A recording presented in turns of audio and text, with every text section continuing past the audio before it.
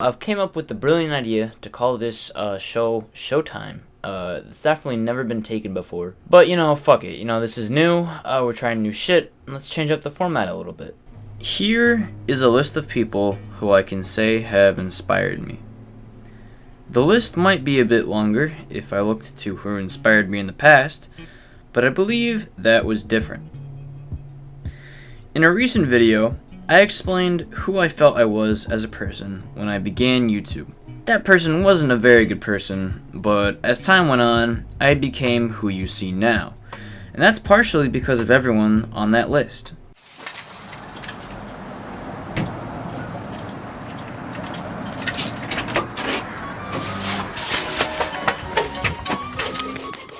These were the first. Sleepy Cabin is a group of online animators in podcast form. I discovered them in a time where I didn't know exactly what a podcast was, but I was interested in seeing all of my favorite animators in one place.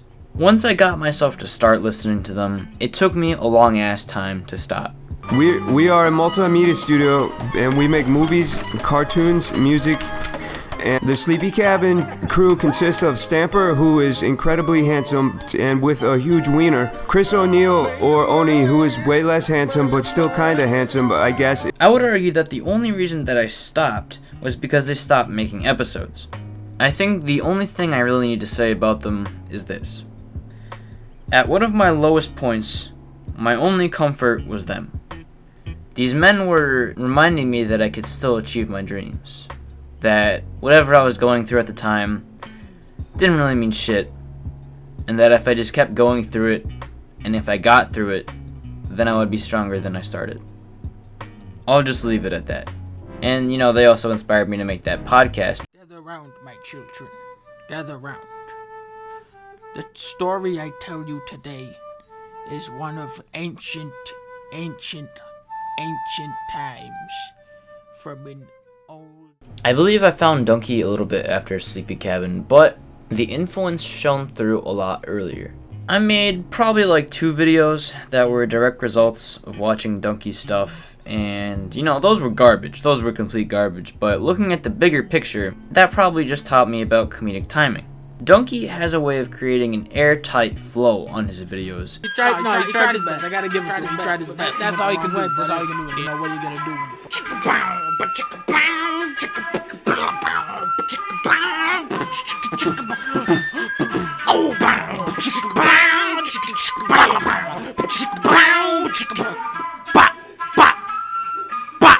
What did I specifically say in my first video?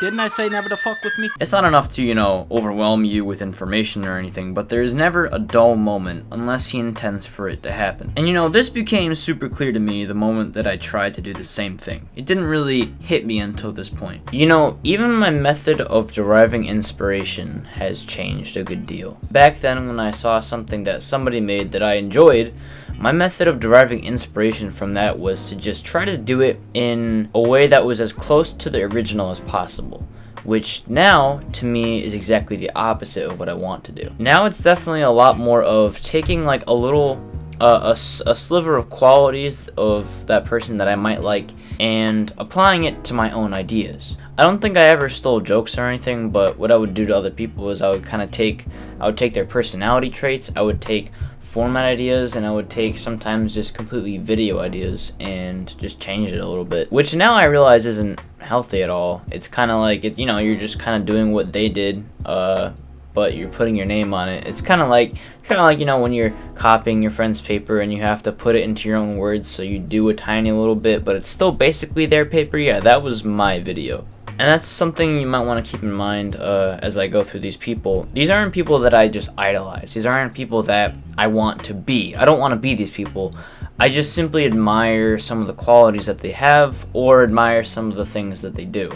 And it really just, it pushes me to do similar things, but only in that little sliver of requirement. Some people that I might like a lot on the side might, not be the greatest people, and I understand that. So it's not like I'm trying to kind of say these people are God or anything, say these people are, the best, because they're not.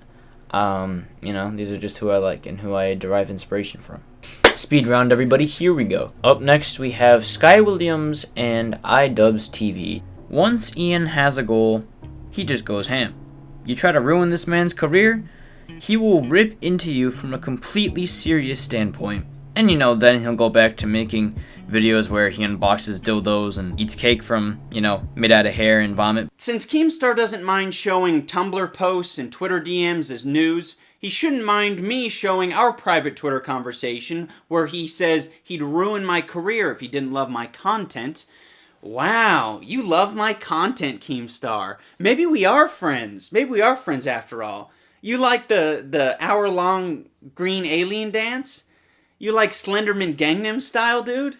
You like Overgrowth Let's Play? Oh, but that neglects the part where you say that you'll ruin my career.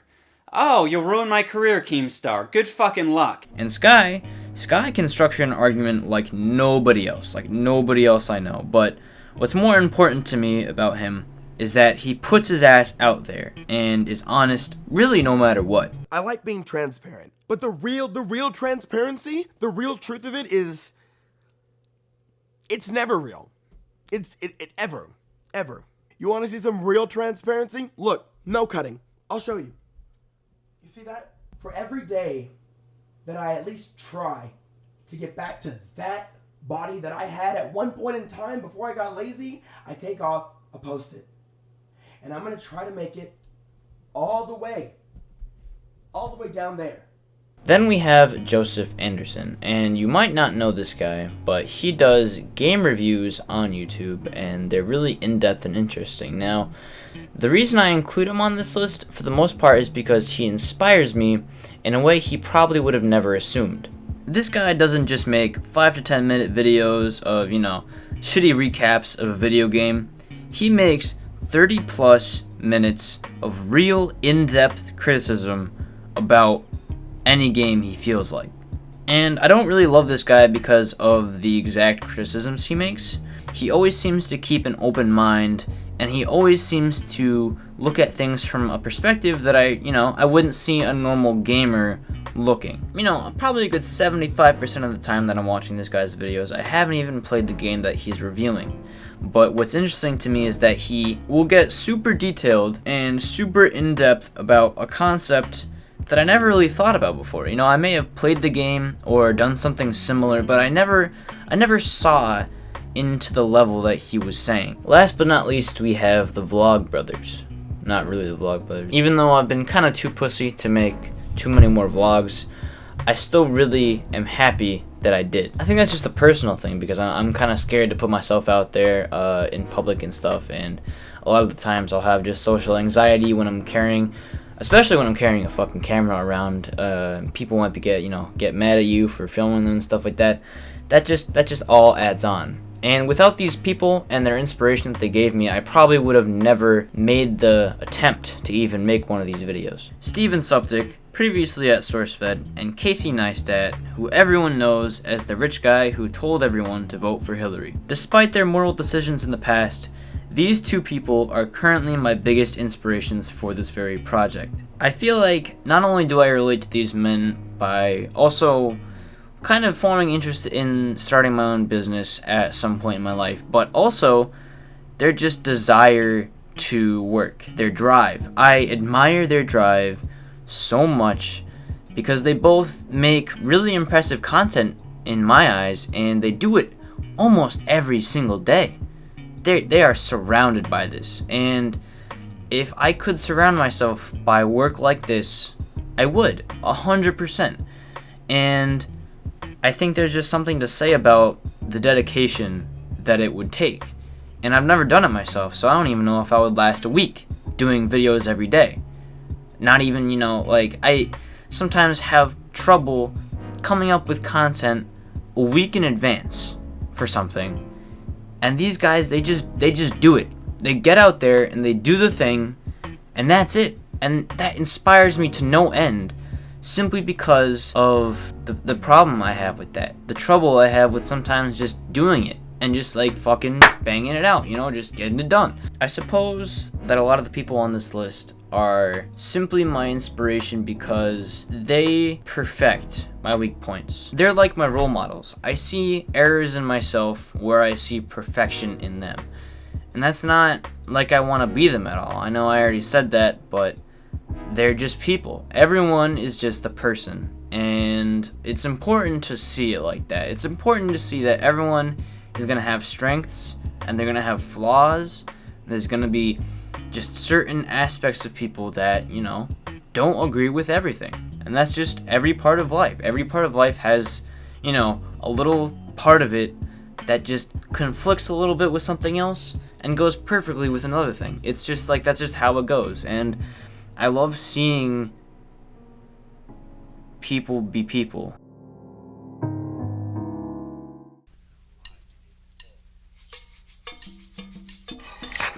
This obviously seems very abrasive. Filming people while they're eating, it was, but everybody was a good sport about it, and after this week, I don't know when I'm going to be able to see these guys again. I'm sure most of us are going to go our separate ways, but at the end of the day, you can't count on a company or another person. You just have yourself. But when you're feeling lonely out there and you miss your old coworker Steve, it'll be easy to look back on these videos and remember working for a channel called SourceFed. And maybe a couple years later, you'll shoot me a text and we'll get a beer and talk about the old times. Or maybe our chapter's done. Whatever the case, it was a pleasure working with all of you. I'm an only child and I don't know if this is what having brothers and sisters is like, but it'll do. I feel like right now, at the age of 18, is when my fight to discover myself has truly kind of begun. And I know on the path that I'm currently going, the odds really aren't in my favor. It's probably going to take a lot out of me, a lot more out of me than I'm expecting it to, and that's just kind of it's part of the thing. It's part of the risk that I'm taking by going down this path. And I understand I'm going to need like every little drop of inspiration and motivation, and honestly, the biggest inspiration is seeing other people fight the same fight, or at least a similar fight, and I see that when I look at, you know, people like Casey and people like Steven. If I were to write an autobiography, a book about my life, one title that would work would be Do What You Can't, because that idea encapsulates everything I've ever done. Like when I wanted to move to New York City and my dad was like, you can't, you don't have any money. Or when I first said I wanted to make movies and it was, you can't, you didn't go to film school. I want to have a TV show, you can't, Casey, you're not pretty enough. And to go even further, like if I were to characterize what this new generation of content creators and filmmakers, what we all do on YouTube and everywhere else is, we do what we can't. They're both creating companies right now, something that they probably never really imagined themselves doing. If you know the past of Casey Neistat, he was once, I believe, like a 15, 16-year-old father and was kicked out of his house. So he's 15 and 16 with a kid, and he doesn't know what he's gonna do with his life. That, like, from that perspective, not knowing anything about him now, you may have never expected him to get to where he has. And I think that's just one of the biggest motivations for me, is that, like, it seems so far away and it seems so impossible that you can, like, probably never obtain it, but it's just, it comes down to every decision that you make. And if you just keep working on it and believing and going in that direction, that's the most you can do. That's the most you can do to try to get that. Now, clearly, I haven't been doing this for as long, nor am I as talented, and nor am I as intelligent as any of the people that are on this list. But everyone really has to start in one place, and I feel like even in these fucking past few months, I've learned so much. But now I'm just gonna shut the fuck up about making content, and I'm gonna go make some more content. So, hope you guys enjoyed this video, dumb show video about inspiration, and I'll see you guys in the next one. I wish you could see behind me, you could see my inspiration. It's right there, it's right there, but the light is too bright, so you can just probably see a bunch of squiggly black lines.